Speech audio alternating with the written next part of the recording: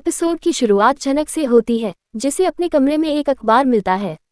उसे लगता है कि अप्पू ने गलती से उस अखबार को उसके कमरे में रख दिया है। अचानक उसे एक नौकरी का विज्ञापन दिखता है, जिसमें स्नातक छात्र की आवश्यकता होती है। वह 3 दिन बाद होने वाले वॉकिंग इंटरव्यू में शामिल होने की योजना बनाती है। उसे एहसास होता है कि शायद यह हमारी दिवंगत माँ की इच्छा है। वह तुरंत तय करती है कि वह बिना किसी को बताए वहां कैसे पहुंचेगी। वह अपनी डायरी में सारी जानकारी लिख लेती है। अनिरुद्ध के प्रति उसकी नाराजगी उसे बिना किसी को बताए घर छोड़ने के बारे में सोचने पर मजबूर करती है। अगली सुबह वह अपना सारा सामान लेकर चुपके से घर से निकल जाती है। जब वह जाने वाली होती है, अनिरुद्ध अपने बिस्तर से उठता है और दूसरों की नज़रें छिपाते हुए झनक से बात करने का फैसला करता है।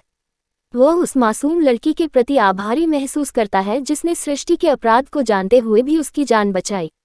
वह झनक से माफ़ी मांगने का मन बनाता है, लेकिन जब वह उसके कमरे में आता है तो वह वहां नहीं होती। कमरा खाली देखकर वह हैरान हो जाता है। कुछ ही सेकंड में उसकी नज़र एक पत्र पर पड़ती है जिसमें झनक ने अपना आभार व्यक्त किया था।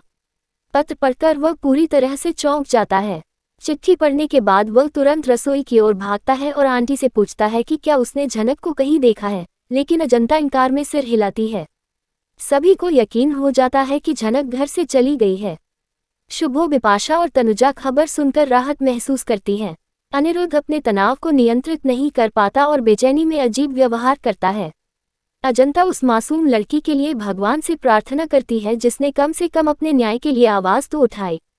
अगर वह एक खुशहाल जीवन जिएगी तो उसके लिए इतना अपमान सहने के बजाय बेहतर होगा। जब विपाशा झनक की हरकत को सही ठहराती है तो अनिरुद्ध गुस्से में भड़क उठता है और उस पर चिल्लाता है। अनिरुद्ध अजंता के साथ हो रहे अन्याय को भी उजागर करता है। वह यह भी पता लगाता है कि हर कोई हर काम के लिए अजंता को ही क्यों कहता है। वह अपनी आंटी का पक्ष लेता है और झनक के जाने के लिए सभी को दोषी ठहराता है। जब तनुजा उसे अर्शी के मामले पर ध्यान केंद्रित करने के लिए कहती है तो अनिरुद्ध और अधिक क्रोधित हो जाता है और सृष्टि से संपर्क करना बंद करने का फैसला करता है, जो अर्शी की वर्तमान स्थिति के लिए मुख्य दोषी थी।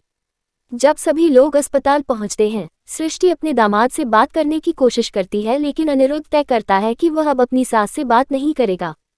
सृष्टि बार बार अपने कृत्य को सही ठहराने की कोशिश करती है और कहती है कि उसने जानबूझकर कुछ नहीं किया, यह झनक की गलती थी कि वह मेमने को कसकर पकड़ने में विफल रही, लेकिन वह अब उसकी बात पर विश्वास नहीं करता।